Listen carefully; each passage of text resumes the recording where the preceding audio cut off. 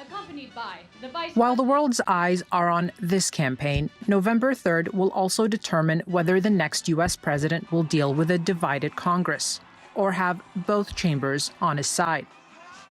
Democrats have been the majority in the House of Representatives since 2019, and they're widely expected to retain control of the lower chamber.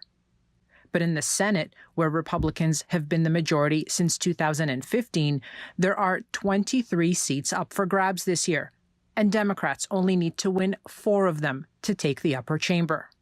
If Joe Biden wins the White House, his Vice President Kamala Harris becomes the tiebreaker in the Senate, meaning Democrats would only need to flip 3 seats.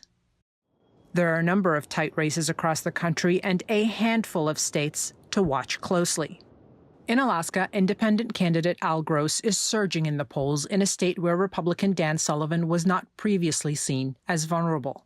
He's killed a bear. Gross is running a pro-gun campaign aligned with Republicans, but an independent in the Senate means his vote on legislation will be coveted by both parties.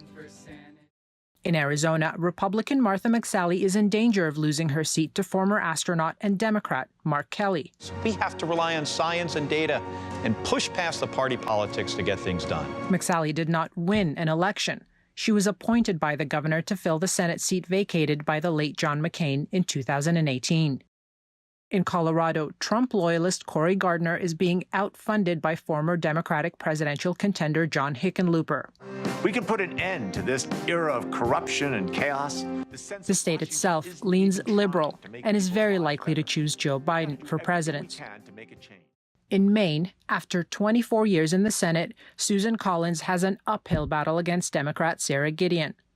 Liberal groups have been actively raising funds since 2018 to oust Collins. Susan Collins' vote to put Brett Kavanaugh on the Supreme Court After she became the deciding vote in creating a conservative majority on the Supreme Court.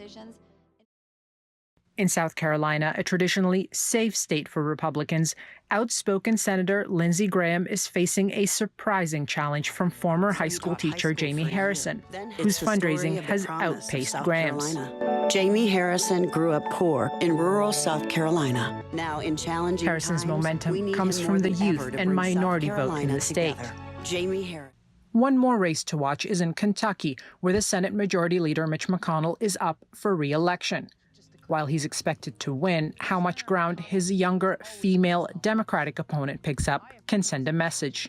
Because as your senator, for me, it'll always be about you. Amy McGrath, a more centrist Democrat, is a former lieutenant colonel in the Marines.